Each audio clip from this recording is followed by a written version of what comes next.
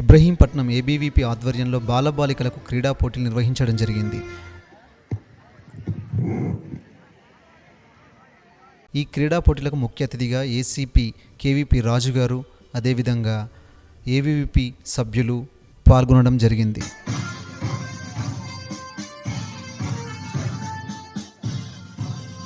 ఈ పోటీలన్నీ కూడా ఇబ్రహీంపట్నం హెచ్ఆర్డీ స్కూల్లో నిర్వహించడం జరిగింది.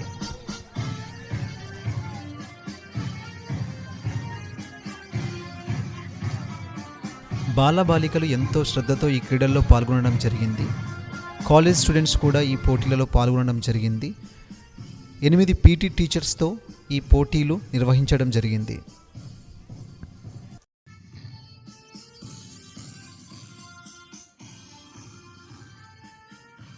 బాలబాలికలు ఎంతో శ్రద్ధతో ఈ క్రీడల్లో పాల్గొనడం జరిగింది.